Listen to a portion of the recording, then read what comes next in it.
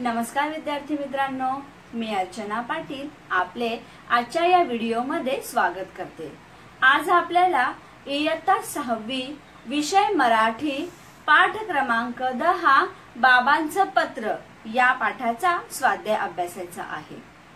या पाठाचे लेखक एकनाथ आव्हाड आहेत। बच्चों, आज हमें विषय मराठी कक्षा 6 पाठ क्रमांक 10 बाबांचं पत्र इस पाठ का स्वाध्याय देखना है। इस पाठ के लेखक एकनाथ आव्हाड हैं। आपण स्वाध्याय पाहूया। प्रश्न क्रमांक 1, एका शब्दात उत्तरे लिहा। देखो बच्चों, इसका अर्थ होता है हमें यहाँ पे नीचे प्रश्न दिए हैं, उन प्रश्नों का हमें एक ही शब्द में केवल उत्तर लिखना है। हमारा प्रश्न 1 है, कठिन गेलेला पेपर, मतलब वैष्णवी को कौन सा पेपर कठिन गया था? उत्तर गणिताचा। देखो, हमने यहाँ पे एक शब्द में उत्तर लिखा है कि कठिन गेलेला पेपर मतलब वैष्णवी को कौन सा पेपर कठिन गया था? तो गणित का। तो हमने यहाँ पे लिखा है गणिताचा। 2, वैष्णवीला पत्र लिहिणारे। देखो, इसका अर्थ होता है कि वैष्णवी को पत्र किसने लिखा था? किसने लिखा था? बाबा, बरोबर। तो हमने यहाँ पे लिखा है बाबा। 3, परीक्षेतील गुणापेक्षा महत्वाचे गुण। देखो, इसका अर्थ होता है परीक्षा में जो गुण हमें मिलते हैं, जो मार्क्स हमें मिलते हैं, उससे भी ज्यादा महत्वपूर्ण गुण कौन से होते हैं? उत्तर आंतरिक गुण। देखो, अब इस आंतरिक गुण में कौन कौन सी बातों का समावेश होता है? जैसे किसी को चित्रकला अच्छा लगता है, किसी को निबंध लिखने अच्छा लगता है, तो किसी को मैदान में खेल खेलने के लिए अच्छा लगता है, किसी को डांस करने के लिए अच्छा लगता है, तो किसी को किसी के एक्टिंग करने के लिए अच्छा लगता है। तो ये हमारे क्या है? ये हमारे आंतरिक गुण है। इस आंतरिक गुण से हमारा व्यक्तिमत्व खिलता है। तो इसीलिए यहाँ पे कहा गया है की परीक्षेतील गुणांपेक्षा महत्वाचे गुण म्हणजे कोणते गुण आहेत? ते आंतरिक गुण। 4, वैष्णवीसाठी बाबा आणणार असलेला खाऊ। देखो, वैष्णव के लिए बाबा कौन सा खाऊ लाने वाले हैं? खाऊ मतलब चीज। कौन सा खाऊ लाने वाले हैं? आपले उत्तर आहे पुस्तकांचा, मतलब बुक का। पुस्तक का खाऊ लाने वाले हैं। आया आप लोगों को समझ में? इस तरह से हमने यहाँ पे क्या किया है? एक शब्द में उत्तर लिखा है।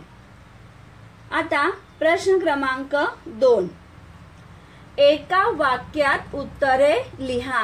देखो, इसका अर्थ होता है कि हमें एक वाक्य में उत्तर लिखना है। 1, आईने दूरध्वनीवरून बाबांना कोणता निरोप दिला? देखो बच्चों, इसका अर्थ होता है कि वैष्णवी की आई ने, माँ ने दूरध्वनि से मतलब टेलीफोन से बाबा को कौन सा निरोप, निरोप मतलब संदेश, कोणता निरोप दिला? उत्तर, आईने दूरध्वनीवरून बाबांना सांगितले की वैष्णवीला 6 माईचा गणिताचा पेपर कठीण गेल्यामुळे ती फार निराश झाली व रडतही होती। देखो, इसका अर्थ होता है कि आई ने दूरध्वनि से बाबा को क्या बताया कि वैष्णवी को 6 माईचा मतलब क्या? दिवाली के पहले जो फर्स्ट सेमेस्टर का एग्जाम होता है वो 6 माईचा गणिताचा पेपर। देखो, कौन से विषय का पेपर? गणित। इस विषय का पेपर उसको कठीण मतलब क्या? हार्ड जाना। उसको गणिताचा पेपर कठीण गेल्यामुळे उसको गणित का पेपर हार्ड गया, म्हणून ती फार निराश मतलब दुखी होना, ती निराश झाली व रडतही होती और वो रो रही थी। इस तरह से आई ने क्या किया? दूरध्वनि से बाबा को संदेश दिया। आता 2, बाबांनी दूरध्वनीवरून बोलणे का पसंत केले नाही? देखो बच्चों, इसका अर्थ होता है कि बाबा ने दूरध्वनि से बोलना क्यों नहीं पसंद किया? उत्तर, पत्रातून वैष्णवीशी सविस्तर हितगुज करावे म्हणून बाबांनी दूरध्वनीवरून बोलणे पसंत केले नहीं। देखो इसका अर्थ होता है कि पत्रातून मतलब पत्र से ही सविस्तर मतलब क्या डिटेल में उससे बात करना चाहिए, म्हणून बाबांनी दूरध्वनीवरून बोलणे पसंत केले नहीं। अब आगे है 3, गणित विषय वैष्णवीचा लाडका होण्यासाठी बाबांनी कोणते उपाय सुचवले होते। देखो इसका अर्थ होता है कि गणित विषय ये वैष्णवी का लाड़का मतलब क्या, उसको ये विषय अच्छा लगना चाहिए, गणित ये विषय, इसलिए उसको बाबा ने कौन कौन से उपाय बताए।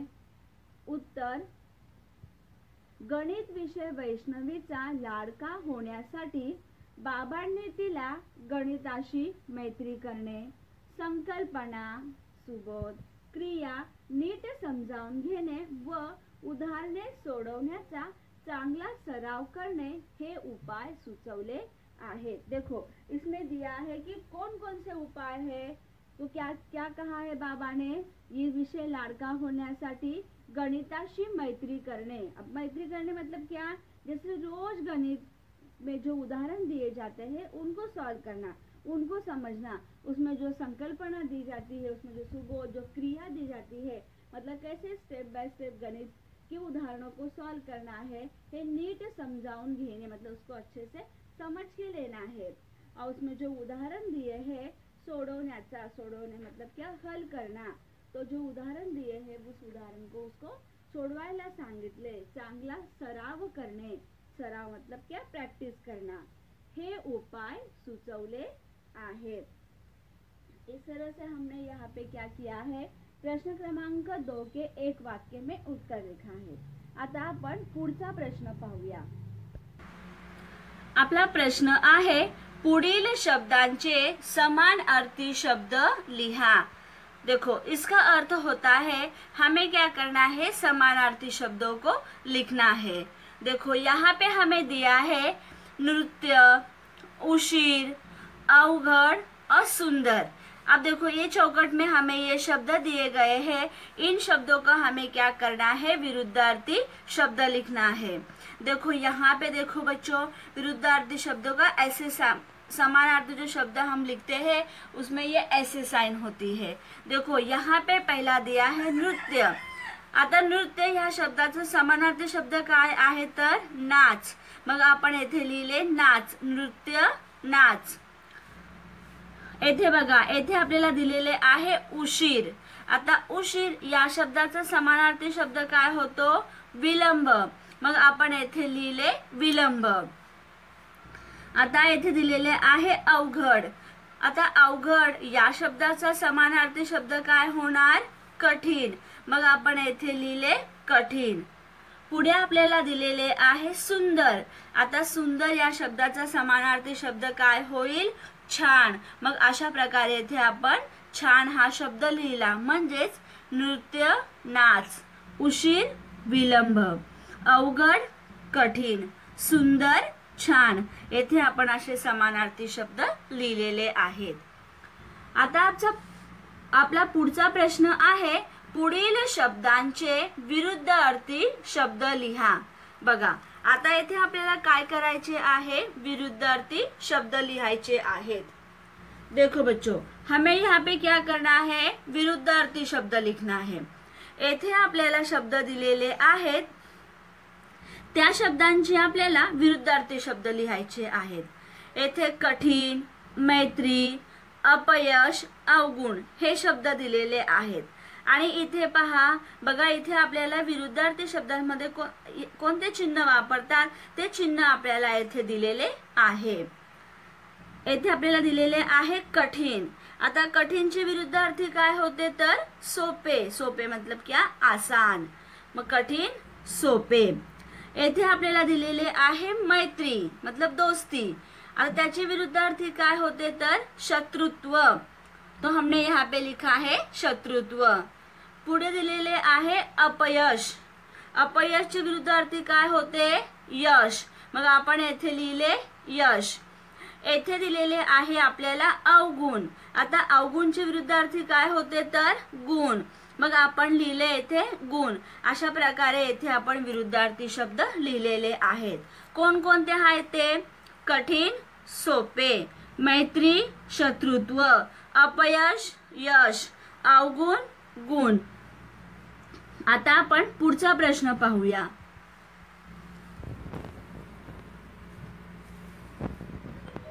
येथे आपल्याला काही चौकटी दिलेल्या आहेत आणि त्या आपल्याला पूर्ण करायच्या आहेत.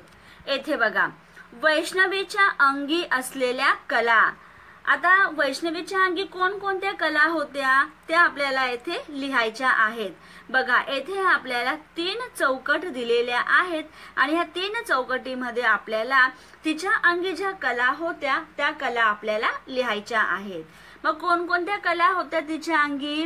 गोष्ट सांगणे. बघा, ती उत्तम गोष्ट सांगत होती. चित्र उत्तम काढणे, ती चित्र ही छान काढत होती. सुंदर नृत्य करणे, म्हणजे ती नृत्य ही सुंदर करत होती. या वैष्णवीच्या अंगी काय होत्या? कला होत्या. देखो बच्चों, हमें इसमें क्या करना है? वैष्णवी में कौन कौन सी कला थी वो हमें यहाँ पर लिखना था. तो कौन कौन सी कलाएं थी? वो कहानी भी अच्छा बताती थी, चित्र भी, मतलब चित्र मतलब क्या? ड्राइंग. वो ड्राइंग भी अच्छा करती थी. नृत्य मतलब डांस करना, वो डांस भी अच्छा करती थी. तो ये कला वैष्णवीच्या अंगी होत्या. आता पुढे प्रश्न आहे, कारणे लिहा. बाबांनी कला जोपासण्याचा आग्रह केला. कारण देखो, उसके जो बाबा थे उन्होंने उसके अंदर जो कलाएं थी उस कला को जोपासने मतलब क्या? वो कला को आगे बढ़ाने के लिए उसको आग्रह किया, मतलब फोर्स करना. क्यों किया ते आपल्याला येथे लिहायचे आहे.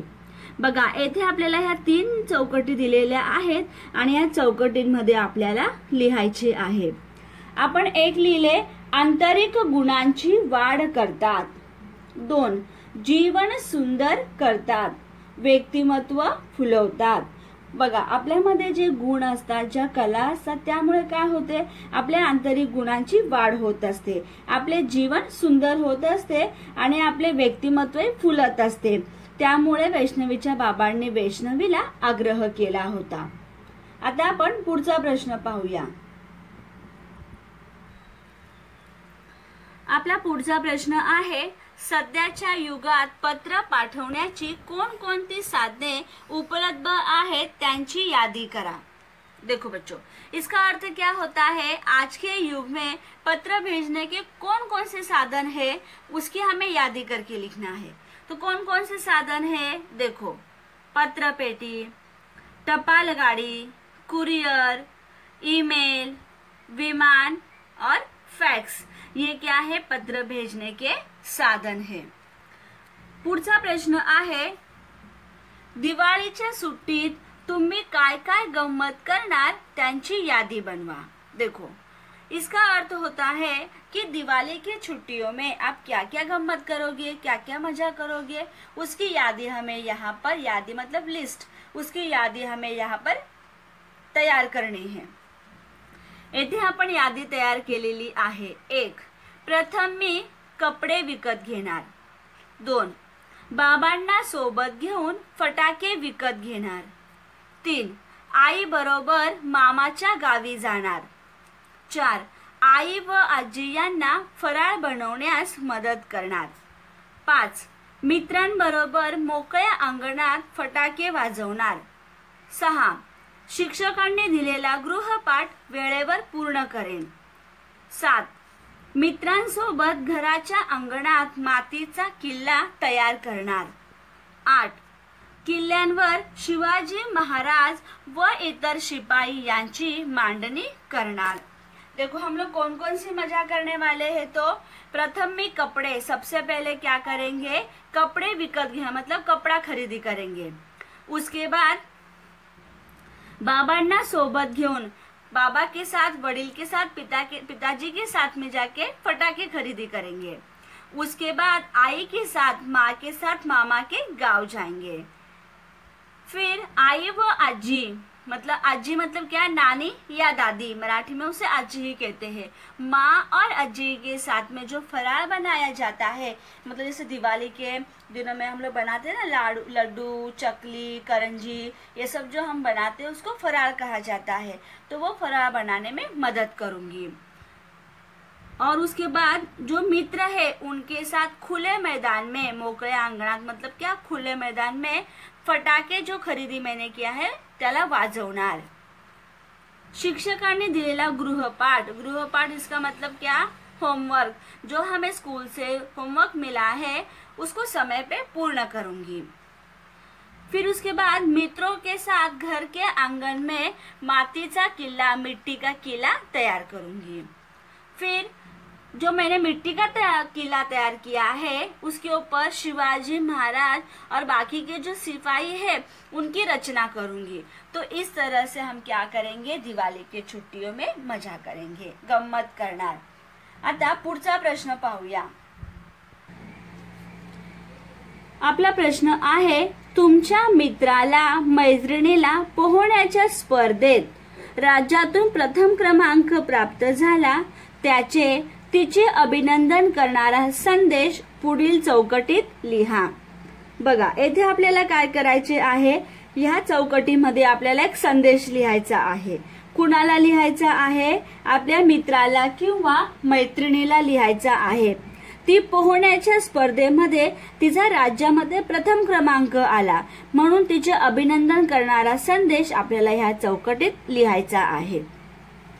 देखो बच्चों, हमें यहाँ पे जो ये चौकट दिया गया है, जो ये बॉक्स दिया गया है, इस बॉक्स में हमें क्या करना है, संदेश लिखना है। अब किसको लिखना है, हमारे मित्र या मैत्रीण को। अब किस बात के लिए, कि वो राज्य में उसका प्रथम क्रमांक आया है, किसमें, पोहण्याच्या स्पर्धेत मतलब स्विमिंग कंपटीशन में, मतलब तैरने के स्पर्धे में उसका प्रथम क्रमांक आया है राज्य में, तो इसलिए उसका अभिनंदन करने वाला संदेश हमें लिखना है। देखो हमने यहाँ पे लिखा है, प्रिय सुप्रिया अभिनंदन अभिनंदन अभिनंदन। हम उसका अभिनंदन करें, इसलिए अभिनंदन अभिनंदन अभिनंदन। तुझा पोहण्याच्या स्पर्धेत राज्यातून प्रथम क्रमांक आला, हे ऐकून खूप अभिमान वाटला। असेच यश तुझ्या वाटेला पुढे पुढे पुढे येवो हीच ईश्वर चरणी प्रार्थना। देखो इसमें हमने क्या लिखा है, सबसे पहले तो हमने उसको अभिनंदन किया है, उसके बाद कि उसका राज्य में प्रथम क्रमांक आया है ऐकून हमें भी अभिमान हुआ, मतलब गर्व हुआ। ऐसे ही यश हमेशा आपको मिलते रहे, ऐसे ही आप सफलता प्राप्त करते रहे, यही हमारे भगवान के पास क्या है, प्रार्थना है। तो इस तरह से हमने यहाँ पे ये संदेश लिखा है।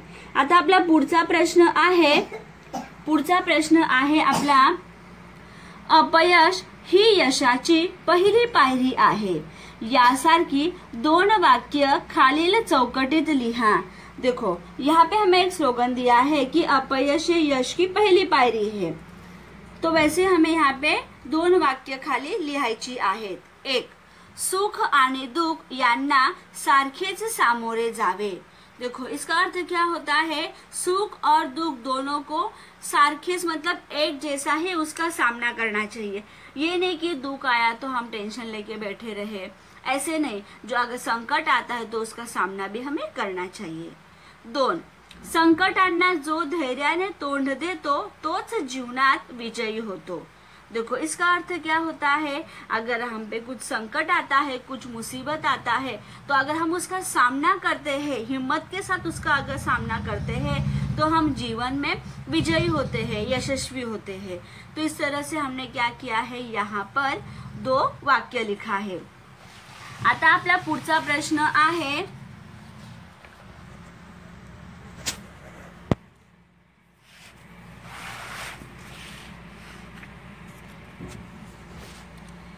पुढील वाक्यातील रिकाम्या जागी कंसातील योग्य विशेषणे लिहा।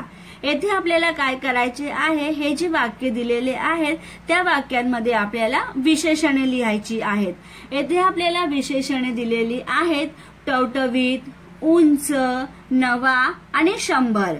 आता बघा आपण विशेषणाचा याच्या अगोदर अभ्यास केलेला आहे। आता हिमालय डॅश पर्वत आहे, तर काय येणार इथे विशेषण, उंच, मग आपण येथे लिहिले उंच। हिमालय उंच पर्वत आहे. 2. कंपॉस घ्यायला आईने मला डॅश रुपये दिले. मग काय येणार इथे 100. मग आपण इथे लिहिले 100. कंपॉस घ्यायला आईने मला 100 रुपये दिले. 3. बागेत डॅश फुले आहेत. बघा इथे दिलेले आहे टवटवीत. मग आपण इथे लिहिले बागेत टवटवीत फुले आहेत. 4. ताईने मला डॅश सदरा दिला. काय येणार इथे नवा. अशा प्रकारे येथे आपण काय केलेले आहे विशेषणे लिहून ही वाक्य पूर्ण केलेली आहेत. आता प्रश्न क्रमांक 4.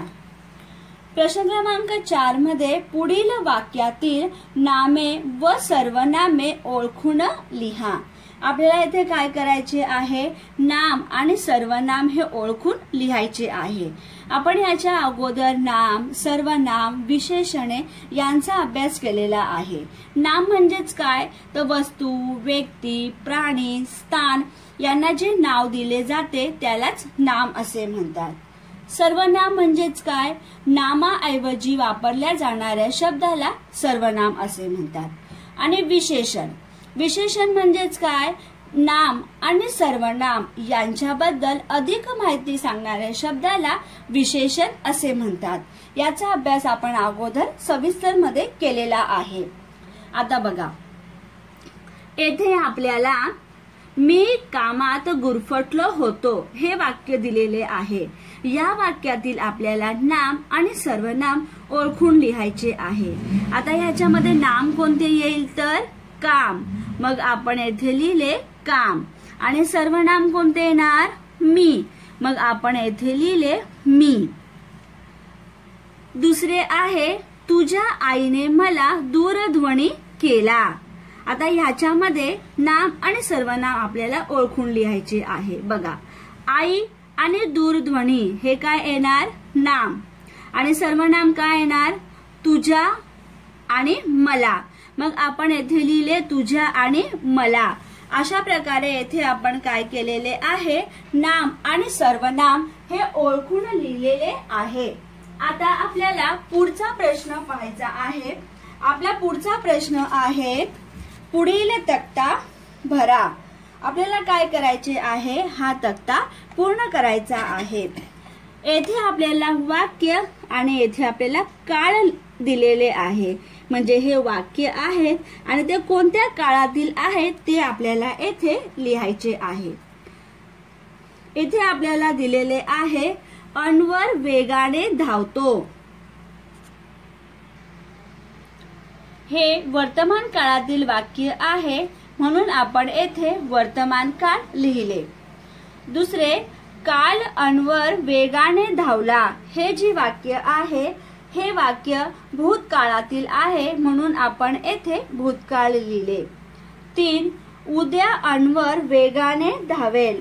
येथे क्रिया ही पुढे घडणार आहे म्हणजेच हे भविष्य काळातील वाक्य आहे म्हणून आपण येथे भविष्यकाळ लिहिले.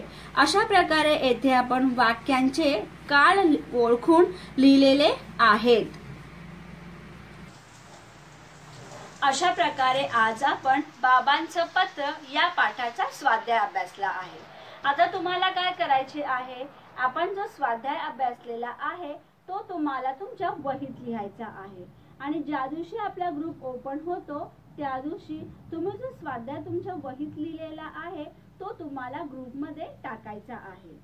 धन्यवाद बच्चों, मिलते हैं हम अगले वीडियो में.